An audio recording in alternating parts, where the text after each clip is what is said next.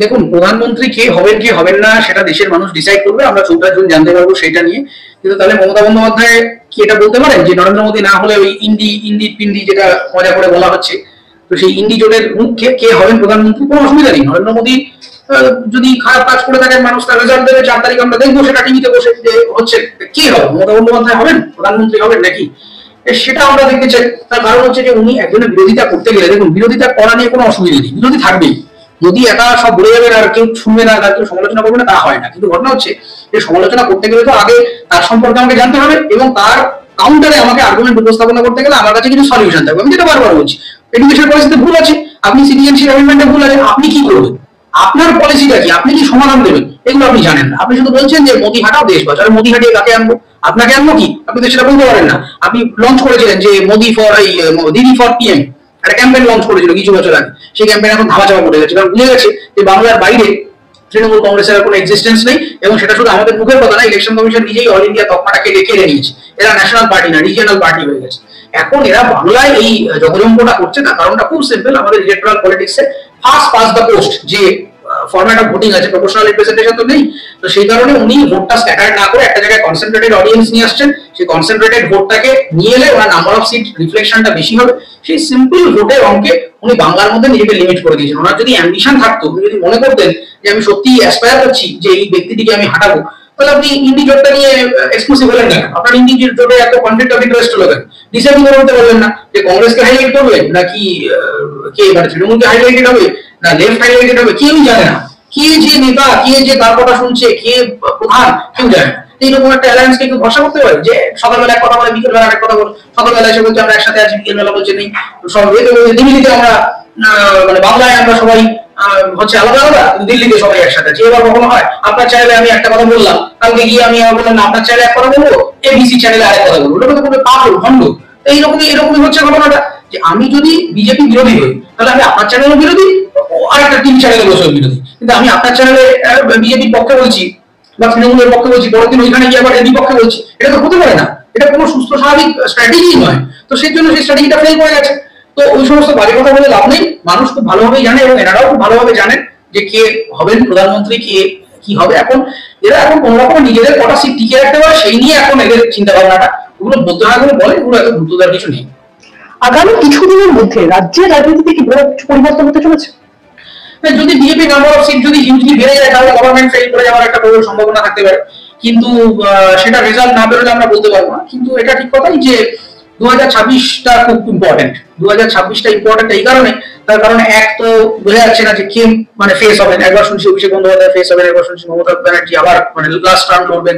এদের তো ব্যাপার স্যাপার বোঝা যায় না। তো কে ফেস হবেন সেটা আমরা জানি না, এবং ভুলেও সে কতটা গুড গভর্নেন্স নিয়ে আসতে পারে। দেখুন, সত্যি কথা বলতে এই মুহূর্তে যারা এই দলের হায়ার লেভেল স্টেক হোল্ডার রয়েছে, তাদের দিয়ে গভর্নেন্স আর চলবে না। এটা হচ্ছে পরিষ্কার ব্যাপার। তার কারণ তারা সমাজ, সংস্কৃতি, রাজনীতি সম্পর্কে কিছুই বুঝেন না। যদি বুঝতেন তাহলে সেটা তাদের পলিসিতে রিফ্লেক্ট করতো। কারণ আমরা যারা নাগরিক, আমরা তো কারোর ওই কোল্ড রুম মিটিং এ বসে আমরা বুঝতে পারছি না যে কি করছে। আমরা পলিসি দিচ্ছি, কে কি আইন আনলো, কে কি নিয়ে এলো, কে কি ডেভেলপমেন্ট প্রোগ্রাম করলো, এডুকেশন থেকে হেলথ থেকে কিভাবে রিফ্লেক্ট করলো। ফলে এখন যা যা পলিসি ডিপ্লয় হয়েছে সেগুলোর মধ্যে কোনো লং রানের ভিশনই আমি দেখতে পাচ্ছি না। এবং অধিকাংশ বিশেষজ্ঞ গবেষকরাই বলছেন যে এর মধ্যে কোনো লং রানের ভিশন নেই, এটা সাস্টেনেবল মডেল নয়। তো ফলত 2026-এ এখন মানুষের কাছে একটা বড় চ্যালেঞ্জ থাকবে যে তারা কি আবার এই একটা করাপ্টেড গভর্নেন্স এই রাখবেন, নাকি তারা একটা বিকল্প ভাববেন। সেটা আমাদেরকে ভাবতে হবে। সেটা যারা নাগরিক আছেন তারা সমন্বয়ভাবে ভাববেন। একা একজন আমি বললাম তাতে তো হবে না। মানুষ আলটিমেটলি যা ডিসাইড করবেন সেটা হবে। বিরোধী বৈঠকে না গিয়ে কোন রাজনৈতিক সমীকরণ ইঙ্গিত করলেন মমতা বন্দ্যোপাধ্যায়? দেখুন, প্রথম কথা হচ্ছে যে মমতা বন্দ্যোপাধ্যায় বুদ্ধিমান রাজনীতিবিদ। উনি জানেন যে এই বিরোধী জোটটা দিয়ে কিছু আর হবে না। সেই জন্য উনি আর মানে বুঝে গেছেন যে অকারণ সময় নষ্ট করে এ করবো কেন। বিরোধী যে জোট, সেই জোট হলে সবার আগে প্রোপাগান্ডায় যে ওরা যে ম্যানিফেস্টো বের করে, সেই ম্যানিফেস্টো প্রোপাগান্ডার মধ্যে একটা কমন ফ্যাক্টর থাকার কথা। প্রত্যেকে একে অপরের কন্ট্রাডিক্ট করছে। আপনি এই জোটের বিভিন্ন এগুলো দেখুন, অধিকাংশ ক্ষেত্রে কন্ট্রাডিক্টরি স্টেটমেন্ট। এই যদি এটা বলে এ জোটের পার্টি কিন্তু কমপ্লিট একটা অপোজিট ভিশন দিচ্ছে, এবার কখনো হয় নাকি। তো প্রথম কথা, এই জোটের গল্পটাই খুব ফেল। জোটটা অনেক দেরিতে শুরু হয়েছে। এখনো পর্যন্ত না কোনো কমন ম্যানিফেস্টো দিতে পেরেছে, না একটা কমন ক্যাম্পেইন করতে পেরেছে। এক ন্যাশনাল কংগ্রেস তারা অধীর চৌধুরীকে বলেছে যে হাইকমান্ড বলেনি আপনি বেরিয়ে যান। মানে একটা কংগ্রেসের মতো দল যারা দীর্ঘদিন ধরে ভারতবর্ষ দাপিয়ে বেরিয়েছে, এখনো আমি অধিকাংশ ক্ষেত্রে জানি যে বিজেপির থেকেও কংগ্রেসের হোল্ড অনেক বেশি। সেখানে একটা লিডারশিপ নেই, একটা স্টেট লেভেল লিডারকে বলছে তোমার ভালো না লাগলে বেরিয়ে যাও, আমরা যা বলবো সেই কথা, কোনো কমিউনিকেশন নেই। এই লিডারশিপকে ভরসা করে মানুষ কংগ্রেসকে ভোট দেবেন কি? এটা তো হতে পারে না। তার কারণ প্রত্যেকটা পার্টির একটা ফ্রেমওয়ার্ক থাকে, সেই ফ্রেমওয়ার্ক গুলো এরা স্যাচুরেটেড হয়ে গেছে। এদের একটা অর্গানাইজেশনাল রিফর্ম দরকার, সেটা তৃণমূলও তাই হয়েছে, অর্গানাইজেশনাল রিফর্ম দরকার। এবার অভিষেক ব্যানার্জি যদি নতুন লিডারশিপ হন, তিনি যদি সেই রিফর্মটা করতে পারেন তাহলে ভালো, আর তিনি যদি আবার সেই পুরো ওই একই পথে হাঁটেন তাহলে ভবিষ্যৎটা মতো হবে। আপনার মতে কে কটা আসন পেতে পারে? 400 কি পার করতে পারে বিজেপি? না, 400 বিজেপি পার করতে পারবে না, সেটা নরেন্দ্র মোদী কেন, বিজেপির যারা এক্সপার্ট অ্যানালিস্ট আছেন তারাও বলেছেন। এটা একটা ক্যাম্পেইন স্লোগান, একটা করবার জন্য তারা হয়তো বলেছেন। কিন্তু বিজেপি আমার যা মনে হচ্ছে যে তারা মেজরিটিতেই থাকবে। কিন্তু লাস্ট কয়েকটা জায়গাতে কমিউনাল কনফ্লিক্ট যেহেতু একটু অন্যরকম ভাবে রিয়াক্ট করেছে, সেইটা কতটা ভোটে রিফ্লেক্ট করবে। তার কারণ বাংলায় যেভাবে রাজনীতি হয়, তামিলনাড়ুতে সেভাবে হয় না, কেরালায় সেভাবে হয় না। প্রত্যেকটা রাজ্যের একটা নিজস্ব মেকানিজম রয়েছে, তো সেইটা বাইরে থেকে ওখানে একটা বলে দেওয়া খুব মুশকিল। তবে আমার প্রেডিকশন যে বিজেপি মেজরিটিতেই থাকবেন এবং প্রধানমন্ত্রী হিসেবে আমরা নরেন্দ্র মোদীকেই হয়তো পাবো। এবার সিট কতটা বাড়তি কমতি হবে, that will be critical point. সেটা লাস্ট ইলেকশনটা হোক, এবং সেটা আমার সাবজেক্ট নয়, আমি সেফোলজিস্ট নই, সেটা সেফোলজিস্টরা তাদের অঙ্ক কষে বলতে পারবেন। তবে মোদী একটা ইম্পর্টেন্ট কথা বলেছিলেন, সেটা আমাকে খুব ভাবিয়েছে একজন রাজনীতি সচেতন মানুষ হিসেবে। যে মোদী বলছেন যে আমার একটাই আফসোস রয়ে গেল যে আমি শক্তিশালী বিরোধী পেলাম না। এইটা বোধহয় এটা খুব চিন্তার ব্যাপার, যে ঠিকই যে কংগ্রেসের থেকে যে ধরনের অপোজিশন আমরা এক্সপেক্ট করছিলাম, যে পার্টি একসময় দেশকে লিড করেছে, সেই পার্টিটা কোথায় গিয়ে যেন ক্ষীণ হয়ে গেল। এবং তৃণমূল নিয়ে ভেবে লাভ নেই, এদের অত লম্বা অ্যাসপিরেশনও নেই, এরা বাংলার কয়েকটা সিট পাবে, সেখানে লিমিটেড।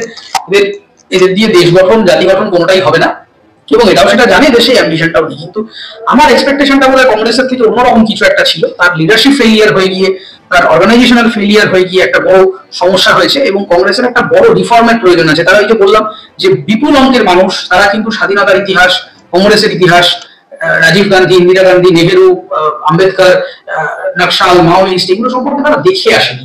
তো ফলত তাদেরকে ওই টিপিক্যাল ইতিহাসের যে জাগরণ, সেটা দিয়ে কানেক্ট করা যাবে না।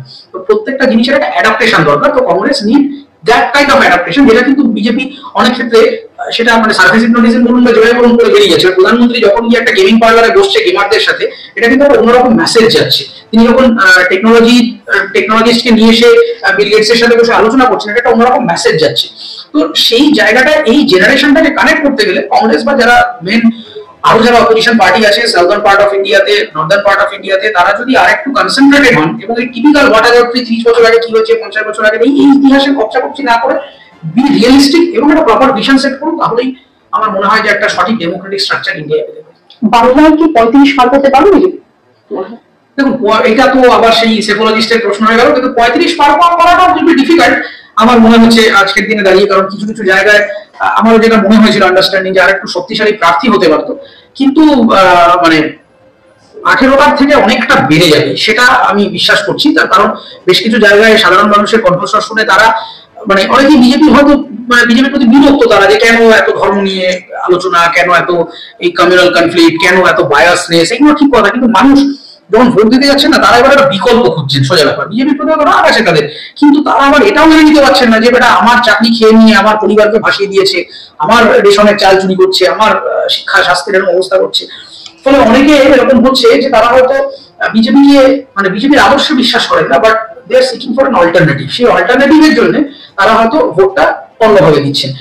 সেইটা কিন্তু বিজেপিকে খানিকটা এগিয়ে রাখবে। কারণ তৃণমূলের আবার যেটা বলছি যে তৃণমূলের এই বছর ভোটের অন্যতম চ্যালেঞ্জ বিজেপি নয় বা সিপিএম কংগ্রেস এরা কেউই নয়, বিজেপি তৃণমূলের একমাত্র কম্পিটিটর তার দুর্নীতি, তার অর্গানাইজেশনাল কোল্যাপস। ফলে সেই জায়গায় তৃণমূল কিছু আসন হারাবে, অবশ্যই হারাবে। এবং তার মুদ্রা কারণটা হচ্ছে যে সোশ্যাল আনরেস্ট, আনজাস্টিস, মানুষের সাথে অসভ্যতামি, মানুষের ফান্ডামেন্টাল রাইট নিয়ে টানাটানি, মানুষের চাকরি চলে যাওয়া, মানুষকে অন্ধকারে ঠেলে দেওয়া, বাংলা ও বাঙালিকে যে আনরেস্টের মধ্য দিয়ে নিয়ে যাওয়া, সেই ব্যাড গভর্নেন্সের জন্য তৃণমূল অনেকটা শক্তি হারাবে বলে আমার মনে হচ্ছে।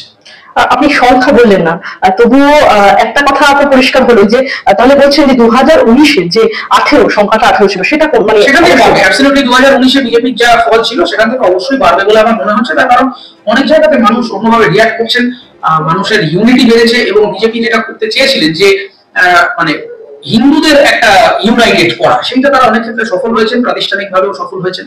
সেইটা খানিকটা রিয়াক্ট করবেন। এবং আশ্চর্যজনক ভাবে কিছু জায়গায় আমি স্ট্যাটিস্টিক্স দেখছিলাম যে মুসলমান সম্প্রদায়কে আলাদা করে রাখতে চাইছিলেন এই শাসক দল, তারাও কিন্তু আর শাসক দলের পক্ষে থাকছেন না। তার কারণ তারাও বুঝতে পারছে যে শুধু তোষামোদি করা হয়েছে তাদেরকে, তাদের ইকোনমিক আপলিফমেন্টের জন্য কিছু করা হয়নি। আপনি অমর হোসেনের 2016 স্টাডি দেখবেন যে বিরাট অঙ্কের মুসলিম পপুলেশন তারা বিলো দ্য পভার্টি লাইন রয়েছে, যাদের মাসিক রোজগার 5,000 কিংবা 2,500 কিংবা তার থেকেও কম। ফলে আমি যদি রিজার্ভেশন করি, একটা রিজার্ভেশন করা নিয়ে আমার কোনো আপত্তি নেই, কিন্তু আপনি আসল রুট কজটা সলভ করছেন কিনা আমাদের সেটা দেখতে হবে। আপনি শুধু সংখ্যালঘু মানুষদেরকে শুধু ধর্মের দোহাই দিয়ে তাদেরকে তাদের চোখের সামনে একটা ধোঁয়াশা তৈরি করে রেখেছেন, কিন্তু সেই মানুষগুলির আসলে আর্থসামাজিক উন্নয়নের জন্য আপনি কি করলেন? অধিকাংশ সরকারি চাকরিতে আপনি অবাক হয়ে যাবেন যে ওবিসি নিয়ে আজকে কথা হচ্ছে।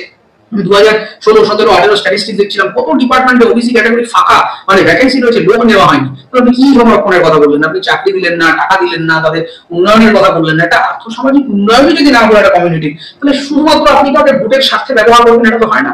আসলে তৃণমূল কংগ্রেসের স্বার্থপরতা করেছেন মানুষের সাথে, সেইটা সংখ্যালঘু বা তপশিলি উপজাতির মানুষ কিংবা মুসলমান সম্প্রদায়ের মানুষ তারাও বুঝতে পেরেছে যে স্বার্থপরতা হয়েছে। সেই জন্য এবার তারা সব ক্ষেত্রে বিজেপি আসবে, তারা বিজেপি কে ভোট দেবেন না, সিপিএম কে দেবেন না, কংগ্রেস কে দেবেন সেটা জানি না, তবে তারা বিকল্প একটা কিছুতে ভোট দেবেন, এইটা আমার আশ্বাস। অন্তত মানুষের সাথে রাস্তাঘাটে কথা বলে এইটুকু আমি অনুভব করতে পেরেছি। বিজেপির তরফ থেকে অভিযোগ করা হচ্ছে যে অভিষেক বন্দ্যোপাধ্যায় নাকি 8 থেকে 10,000 টাকার দামি জামা পরে অটো করে জল দেখতে বেরিয়েছিলেন, জমা জল। এমনিতে আমরা ভোটের সময় ওনার দেওয়ার তথ্য অনুযায়ী দেখেছি, নির্বাচন কমিশনকে উনি যে ওনার সম্পত্তির খতিয়ান দিয়েছিলেন, সেখানে আমরা দেখেছি ওনার বাড়ি গাড়ি কিছুই নেই। কি বলবেন? না, বিজেপি কিছু জানে না। অভিষেক বন্দ্যোপাধ্যায় ভারতবর্ষের সব থেকে দরিদ্রতম নাগরিক, ওনার কিছু নেই, বাড়ি নেই, গাড়ি নেই।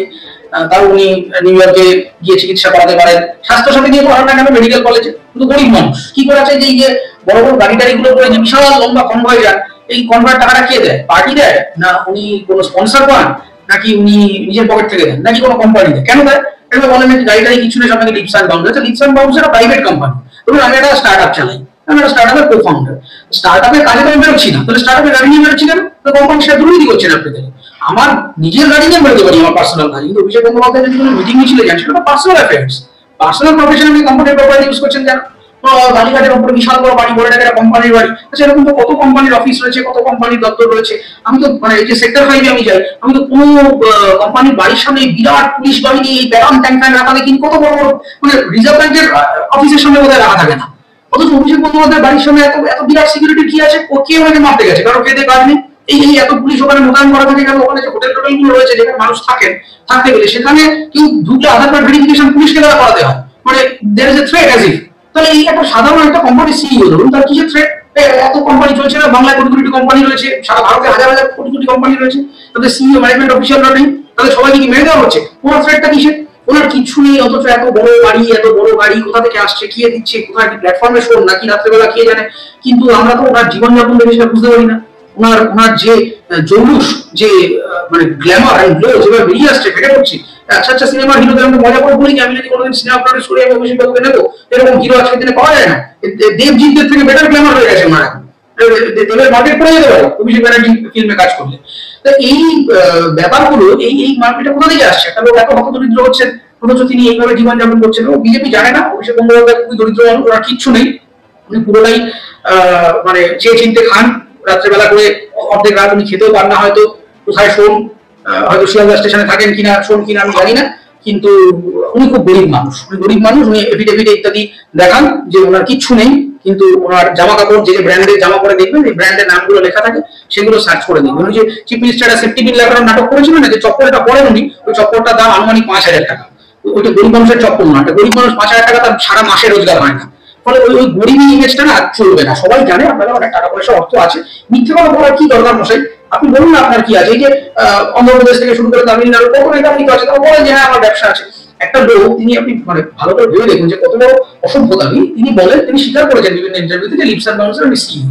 তাহলে একজন স্টার্ট আপের অন্টারপ্রেনার, একটা কোম্পানির অন্টারপ্রেনার, কোনো অসুবিধা কিছু নেই। তিনি রাজনীতিতে আসছেন, সেই নিয়ে আমার কোনো বাদ পিছনে নেই। উনি গর্ব করে কেন বলেন না যে হ্যাঁ আমি এই বিদেশি গাড়িটা চড়ি, এটা আমার কোম্পানির টাকায়, আমার রোজগার করা, আমার অর্থের টাকা। আপনার যদি রোজগারটা সৎ হয়, আপনি কেন মুখ ফুলিয়ে বলেন না? কলকাতায় কি বিএমডব্লিউ, মার্সিডিজ বা দামি বিলেতি গাড়ি কি কেউ চড়ছে না? চড়ছে, তারা সম্মানের সাথে চড়ছে যে ভাই হ্যাঁ আমি ব্যবসা করে রোজগার করেছি কষ্ট করে, আমার হার্ড অ্যান্ড মানি গাড়ি বাড়ি আছে, আমি চড়ছি। এই সততা নেই কেন?